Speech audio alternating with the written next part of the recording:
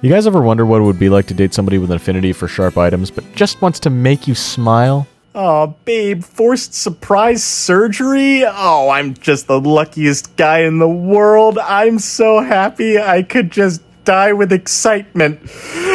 To this day, I think your forger is the only one who I could think of that is into sharp items and doesn't confuse her boyfriend for a knife block or take it to a weird level, so thanks for that one, Yor.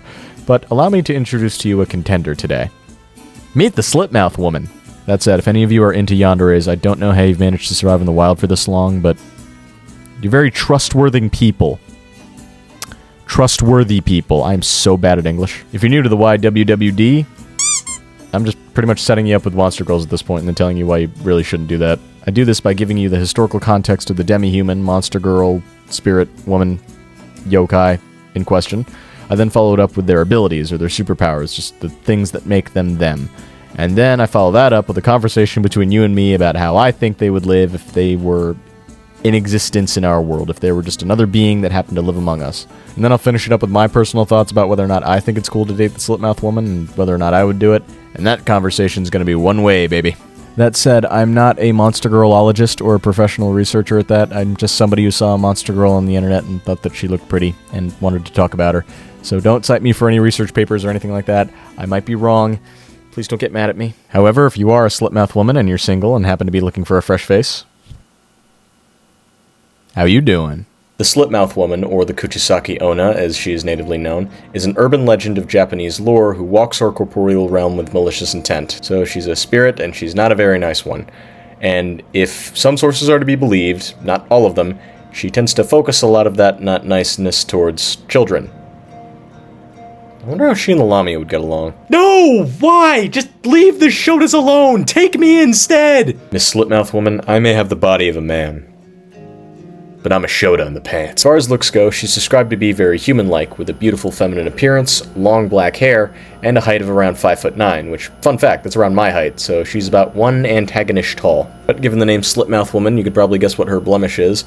Her mouth is described as being cut from ear to ear, in an eerie smile, kind of like Heath Ledger's Joker from The Dark Knight. And within those gaping mouth holes that you can see, she has layers of endless sharp teeth, which we're dealing with a bear trap here, fellas.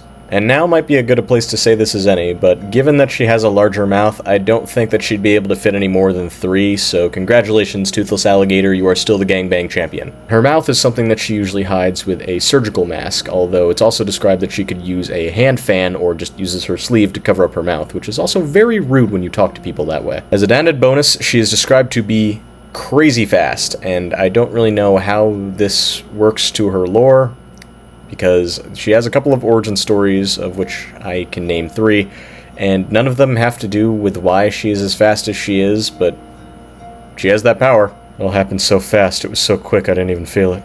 The origin of the Slitmouth Woman is still disputed. There's no exact date that we're working with here, although most people agree that it took place in the Edo period of Japan, which could be anywhere between the 17th and 19th century. But while we can't get the time and location, we can describe who she was according to these legends.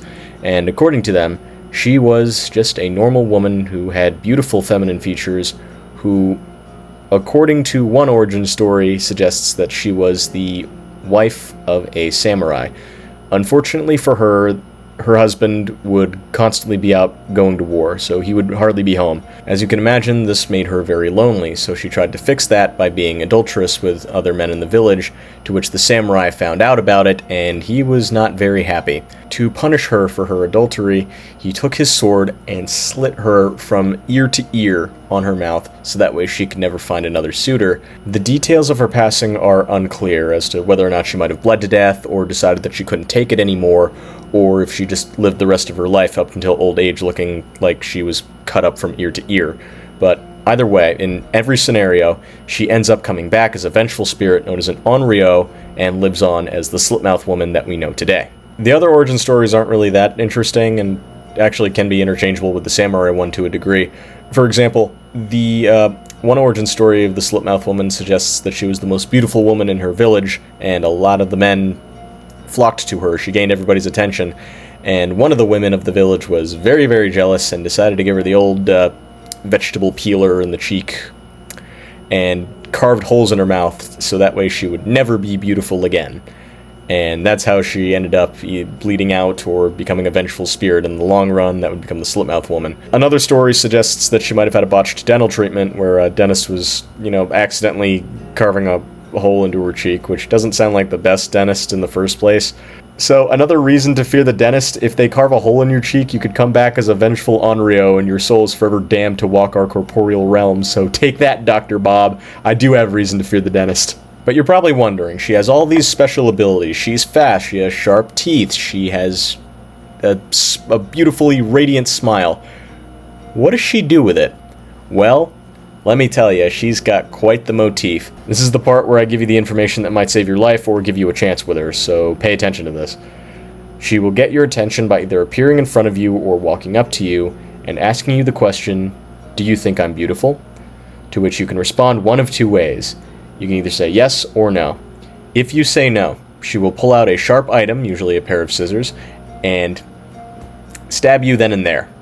So, that's the immediate end to this dating sim. And before you think, oh yeah, well maybe I could run away, how fast can a spirit be? Keep in mind that she has supernatural speed. So she'd be able to catch up with you, and you would not be able to make it. You have no choice but to answer this question that she puts forth to you. Should you say yes, congratulations, you live a few seconds longer, because she follows it up by pulling off her surgical mask, revealing the sharp teeth, gaping holes, and slit mouth, and asking you the question again. Or she'll just take off the mask and ask, "How do I look now?" To which, if you scream, hesitate, or say no, you, anybody want to take a stab at this? Anybody want to guess what she does? Yeah, she pulls out her scissors and stabs you. So, there's only one option here. What happens if I lie through my teeth, or if I happen to be into this and I say yes? If you say that she still looks pretty, she will smile at you as she takes out her sharp item and gives you a smile as bright and radiant as hers is. And keep in mind, she also has an affinity for doing this for children, according to some sources. Back in the old days, if you got a cut like that, I'm sure that something like that would be a death sentence, but now with modern medicine, I'm sure that you'd be able to make it work. Maybe a little bit of plastic surgery and one heck of a scar with a heck of a story to tell. That said, there are ways of avoiding this fate, and I will tell them to you now. One such way to avoid getting cut open by the Slitmouth Woman is to say that she looks average, which to me kind of sounds like the mother of all insults. Imagine a woman comes up to you, asks you if she's pretty, and you just say something along the lines of, "Are my options either yes or death?" Either way, it leaves her stunned, so she's kind of just standing there and doesn't know what to do, which should give you ample time to run away. And I don't know how it works, because she has super speed. She should be able to catch up with you, but I mean, it's a tried and true method that apparently has worked for some people. Otherwise, it wouldn't be a method at all. Other methods that might have a higher success rate involve either throwing money at her, to which she will be distracted and pick up the money, and giving you ample time to escape, you just run away, or throwing a special type of hard candy at her, which I forget the name of the candy, so you can't just like throw high chews at her and expect it to work. I'll find it later and I'll put it on screen. But if you throw it at her, she will pick up the candy, she will slide it down her many rows of teeth and down her gullet, and you get the ample time to run away. Either way, those are the three methods that you have to try to get away from her, so be sure to carry around money, hard candy, or be prepared to call her a basic bitch. I just realized my microphone was unplugged that whole time, sorry for the bad mic quality. I will say, this does raise some interesting questions, from me at least, because I just feel like there's a lot of whole things that could go wrong with this motif. So imagine she goes abroad, right? Say she does like some sort of spiritual study abroad. She comes to America, and then she starts doing her tricks, but she speaks Japanese instead of English. Any American, at least anyone who does not know Japanese, is just going to respond with, "What?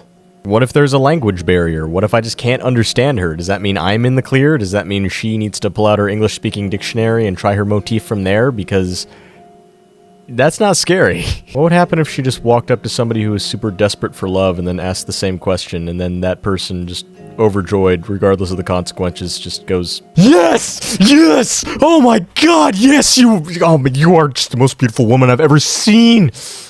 Marry me." What would happen if she gets somebody from the opposite side of the spectrum? Like, somebody who's just decided to give up on life and just decided this is the way that he wants to go out, so he just hurls insult bombs at her and just completely destroys her self-esteem. Do you think I'm beautiful? Your face makes me want to puke.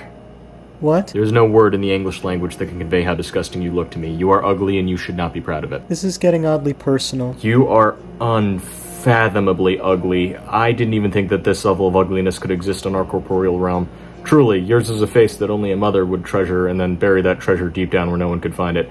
I have not seen a spiritual disaster this bad since Promised Neverland Season 2. And I think that you have shocked me, but not in the way you think. I think you have halved my lifespan because of the sheer pressure of ugliness you are releasing upon me. And if you think that anybody finds you beautiful, you are the reason the gene pool needs a lifeguard. And it disgusts me. You are ugly.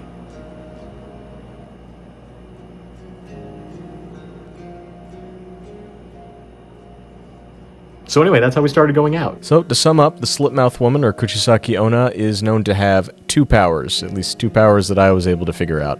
And that is her enhanced speed, and she has above average beauty.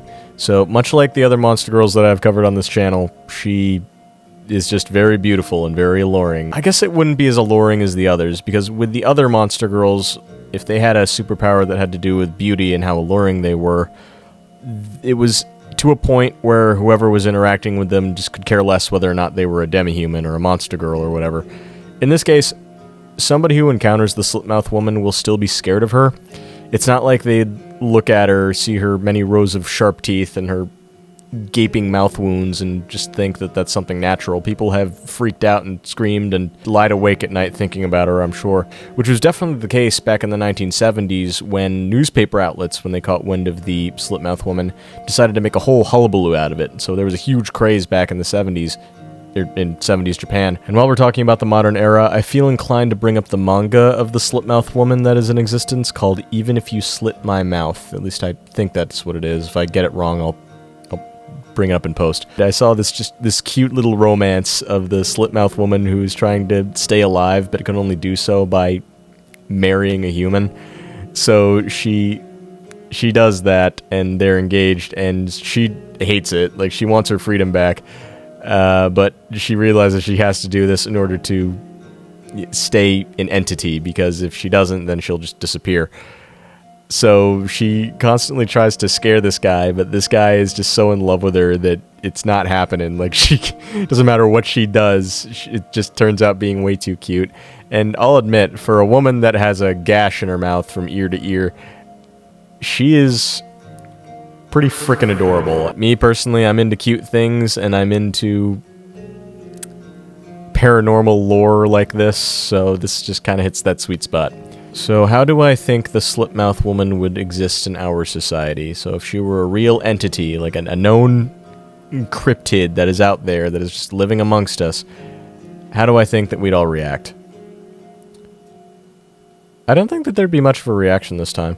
Like, even if we somehow stumbled on a whole colony of Slit-Mouthed women, I don't really think much would happen outside of some government sanctions, or just people saying, hey, they're people too. The Slit-Mouthed Woman is just about as human as they come. The only thing that's different about them is just the sharp teeth and the slit mouth, and they do commit murder, sure, but that's not really something that they do to survive, so if they were told not to, I think that they could just live among us peacefully, and the only downside would be that they have a really messed up looking face, but you know what? So do the rest of us, to a degree. That's beauty's in the eye of the beholder. If she wants to go out in public, she just wears a surgical mask or just wears a gaiter like me. And problem solved. Like, there's no issue to be had here. And it's not like the case of the harpy that punishes evil people or anything like that. It's somebody who's inflating their ego by going around and asking people if they're beautiful, and she just doesn't take criticism all too well, so she ends up cutting the faces of people who say no, and even people who say yes. So, if nothing else, maybe not the best personality-wise, but let's make it a little difficult on them. Let's say that we're going to act in the same rules as the manga, where if you don't scare people on a regular basis, you end up disappearing.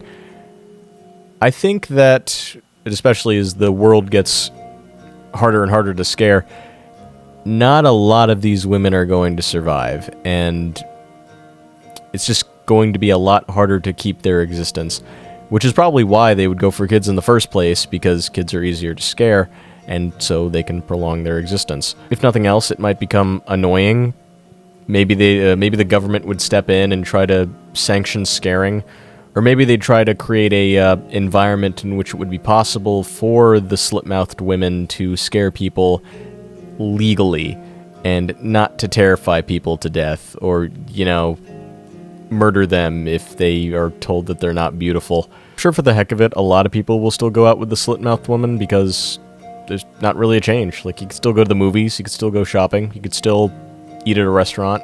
The only problem that I see is with forming a relationship with one, which dives into my personal thoughts, and I will cover those now.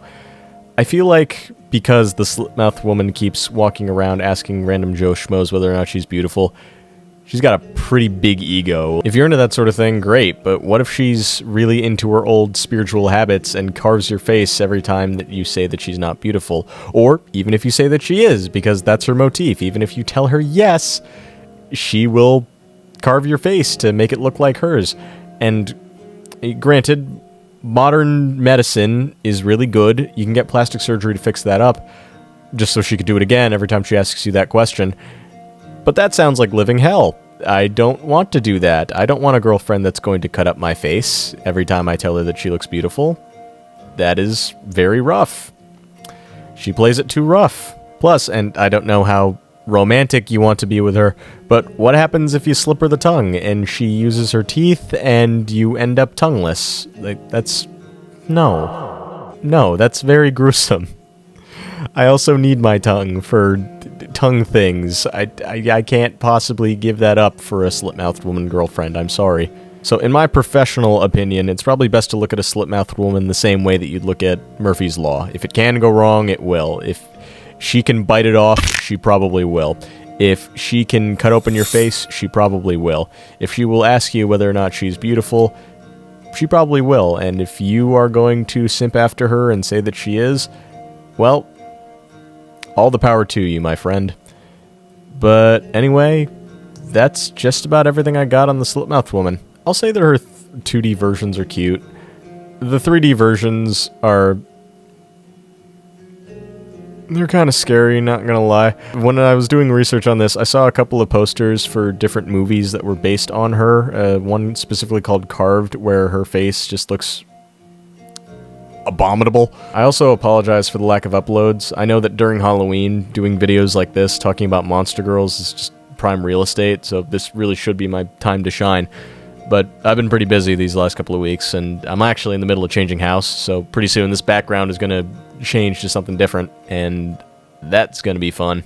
Quite ironically, the area that I'm currently in now is suffering from a Joro spider invasion, so this couldn't have been a better time to move house, just to a place where there's less spider women. I told you they were a problem, but nobody wanted to listen to me, and now they're infecting my area because they saw my video, and they're trying to eat me before I can spread the word out. But I'm not gonna let them. That's why I'm moving house. And I just have to mention this real quick too, but when you watch these videos, you, in a small way, help me fund this move to go from my basement to an actual apartment, which that's just a whole different lifestyle that I'm looking forward to. So thank you for helping this degenerate move out of his basement. It really means a lot. So yeah, these next few months are going to be kind of hectic, but you know what? I'm looking forward to it. It's going to be a nice change of pace. And with that, I thank you once again for bearing with me on this one. But anyway, that's all I got for you. Sayonara, suckers.